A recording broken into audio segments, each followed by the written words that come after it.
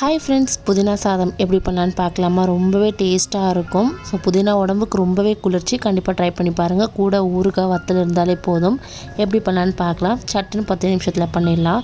ஒரு மிக்ஸி ஜாரில் பூண்டு, இஞ்சி, பச்சை மிளகா, அதுக்கப்புறம் கொஞ்சம் தக்காளி, நீங்கள் புளி வேணால் கூட சேர்த்துக்கலாம். தக்காளி சேர்த்துக்கிறேன். ஒரு கட்டு புதினா அப்படியே சேர்த்துக்கலாம். ரீசெண்டாக இண்டஸ் வேலையில் இந்த பிரியாணி பாட் வாங்கியிருந்தேன். 2 லிட்டரில் வரும். இது வந்து பார்த்திங்கன்னா ட்ரைப்ளை ஸ்டெயின்லெஸ் ஸ்டீல் வரும் உங்களுக்கு.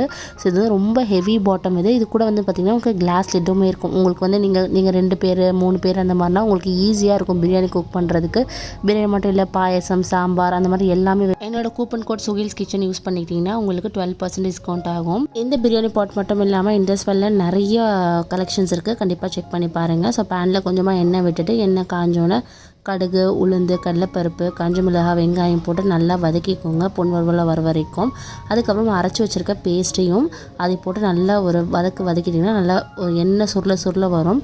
நான் ஏற்கனவே சாப்பாடு வடித்து வச்சுருக்கேன், அதையும் நம்ம சேர்த்துக்கலாம். கொஞ்சமாக நெய்யில் முந்திரி வறுத்து சேர்த்துக்கிட்டு அதுவும் ரொம்பவே டேஸ்ட்டாக இருக்கும். ஸோ நம்மளோட சூப்பரான புதினா சாதம் ரெடி ஆகிடும். லாஸ்ட்டாக அந்த நெய்யில் வறுத்த முந்திரியை நம்ம ஆட் பண்ணிடணும். சூப்பரான புதினா சாதம் ரெடி ஆகிடும். நான் சொன்ன இண்டஸ் வேலி ப்ராடக்ட்டும் எப்படி இருக்குன்னு மறக்காமல் எனக்கு கமெண்ட். இண்டஸ் வேலியில் வீட்டுக்கு தேவையான எல்லா ஹோம் ப்ராடக்ட்ஸும் அவைலபிளாக இருக்குது.